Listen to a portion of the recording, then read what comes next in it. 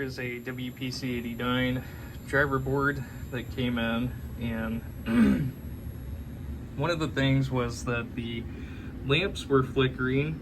I've had this thing burning in on the bench for quite some time now, and I'm not getting any flicker. I've tested, both capacitors. I've tested the 18 volts. I've tested to see if we have any AC leak there into the 18 volts. And what I would chalk this up to, assuming that there's no flickering inside of the game, because like I said, there is none on the bench. BR1 had been replaced at some point, and somebody had pulled those through holes, and it's tough to say for sure if that was the cause of it, but it very likely could be. What I've done here to the board, aside from that, is I noticed that on the backside we had jumpers that were ran from C5 and also C11, and so, C11. I actually have that capacitor here.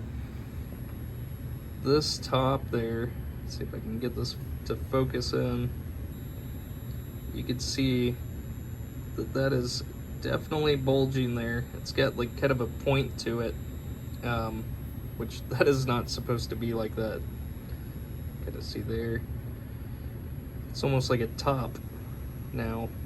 But anyways, I have replaced that. I've got a new C11 here on the board, and I've also replaced the through holes there with eyelets, as well as here for BR1. I've replaced C4 as well as C2, which always leaks. And I went ahead and replaced the 0.156 headers here for the AC voltage in for the 12 volts, as well as the power out, the GIN, and then also the GI out, and then also our AC voltage in, as well as the ground there. But I will go ahead and get this thing running through the test. Just like I've said, I've had this burning in on the bench here for quite some time, and I've not come across any issues here with the flickering there of the controlled lamps. So here is the solenoids.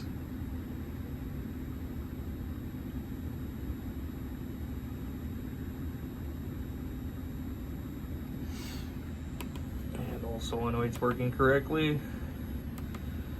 And we'll go into GI.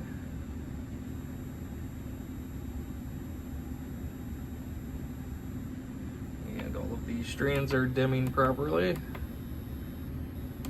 And we'll even run this through the single lamps.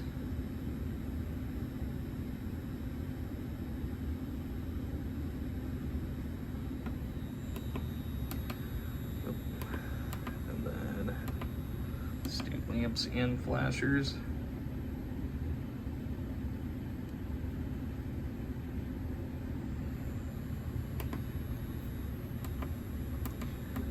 That is actually it here for the testing of this board.